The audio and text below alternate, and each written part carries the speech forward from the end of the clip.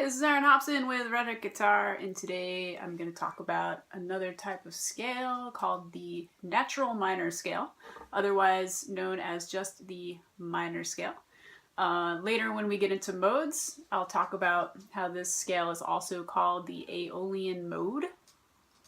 And so before, when I showed you the major scale, I showed it to you on one string so you could visualize where all those intervals were.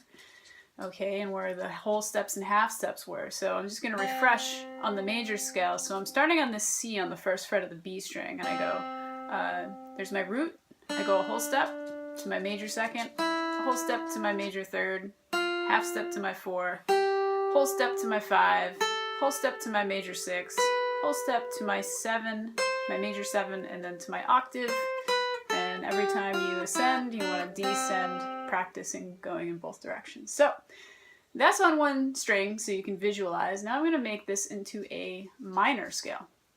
So the formula for a minor scale is as follows. So you start on the root, you go a whole step to your major second, half step to your minor third, whole step to your 4, whole step to your 5, half step to your minor 6, whole step to your minor 7, whole step to your octave.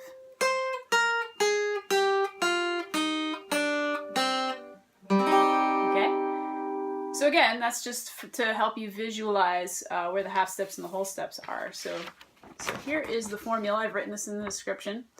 There are different types of minor scales. We'll get into harmonic minor, melodic minor, and in the modes you've got Dorian, which is a minor scale. You have Phrygian, which is another type of minor scale. So there's all different types of minor scales. But this one is what's called the natural minor scale, or just the minor scale. So if you see here, you have a root, major second, minor third, fourth, fifth, minor 6, minor 7, octave. I've given the example in C, which is C, D, E flat, F, G, A flat, B flat, C. So remember, all of these would be natural in the major scale. But now you have a minor third, a minor 6th, and a minor 7. Here is an example in A. A, B, C, D, E, F, G, A. No sharps or flats in A minor because it is technically C major scale starting on A, and we'll get into stuff like that later. So anyway, as with everything, I want you to practice these in every position and in every key across the neck. I have in the description written out multiple different keys. I've also provided a link to someone who has mapped out all of the scales in different positions. Here's my A on the 5th fret here. So if I played the minor scale here off of that A root, that A minor scale, like this is the root position of the scale, starting on the root. So I have A on the 5th fret, B on the 7th, C on the 8th, D on the 5th, E on the 7th, 8 on the 8th, G on the 5th, yeah, 5th, A on the 7th, and that's my octave, right? My root's my octave, A, B, C, D, E, F, G, A. If I kept going, here's B, C, D, 4, 5, 7, on the B string, 5, 6, 8, E, F, G, and last A, B, C, 5, 7, 8. So there's different ways of playing these as well. When I first started playing, I was into a lot of metal and Joe Satriani and like progressive rock, and they use what's called more of like this spread form. See how my fingers are like really like stretching out across the fretboard? That's so you can get all those runs, you know, that metal guitar players do. Hard to do an acoustic guitar. But anyway, there's also these guys. When I started getting into jazz, it's a totally different style. You don't really want to spread your fingers out and do these really fast runs like that. It's more like you're going through all these key changes very quickly, so you want to keep everything kind of together. So there's multiple ways of playing these scales. But the idea is to play them in every position. So if you play with this position, with this kind of scale that's like more compact, you have 5 5 positions to play that one in. If you play the spread form and go through all the modes, like a lot of guitar players in the 80s, so this would be 7. There would be 7 patterns going this way. So, you know, it's a lot to learn, obviously. But I've provided a link in the description if you want to learn these across the fretboard. Of course, it's too much to kind of explain it in one video, but there's a lot of positions that you can go through. So as with the diatonic chord progression with the major key, like we talked about in an earlier lesson, you can do the same thing where you can build chords off of the minor scale. So I'm going to start with A minor here. So here's like the full thing. Just ignore this line with the C minor scale. So if I built a chord off of this one chord, I'd have, this is my root, this is my minor third, and that's my fifth. So if you put A, C, and E together, you have an A minor chord. So A minor is the one chord in the key of A minor. All right, so then going down the line, if I start on the second note of the scale, B, I have my root, my minor third, my flatted fifth. So that's a diminished. So I have a B diminished as my second chord of the scale. If you're talking about sevenths, it would be a half diminished.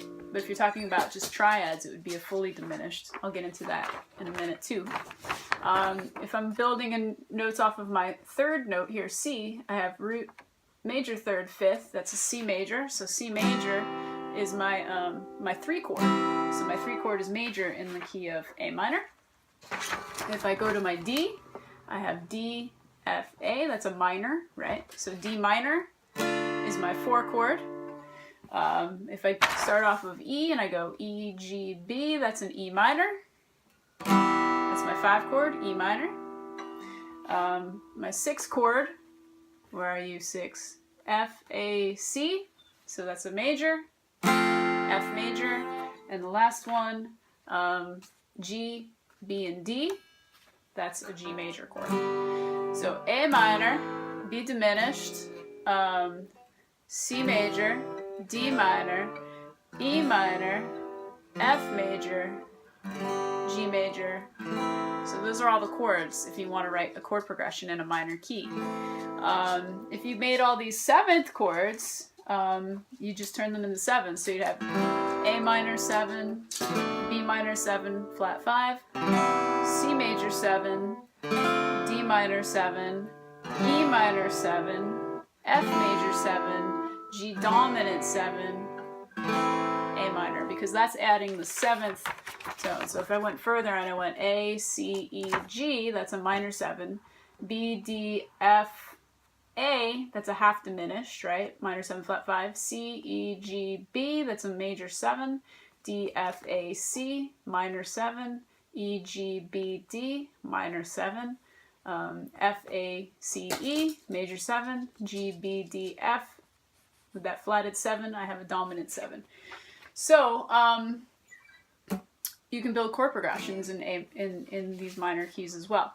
So I've also listed a bunch of examples of songs that are in minor keys. A lot of examples in heavy metal and rock because, of course, it's a very minor, dark-sounding key. So Crazy Train, right? So you got the F sharp minor. So that whole beginning riff is just based on that. Kryptonite by 3 Doors Down. And there's a nice solo in the B minor scale. So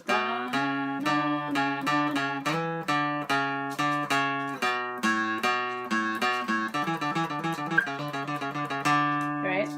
And I Love Her by the Beatles, The Cure.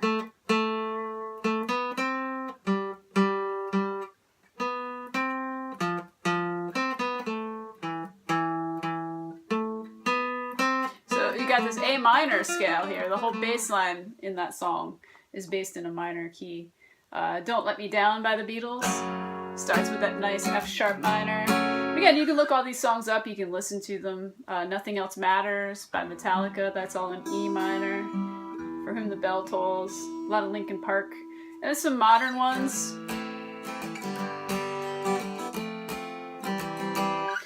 Vance Joy, Riptide, it's all in A minor, right? Renegades by Ex-Ambassadors. Feel Good Inc. by the Gorillaz, the whole bass line. Sorry. They do it in E flat.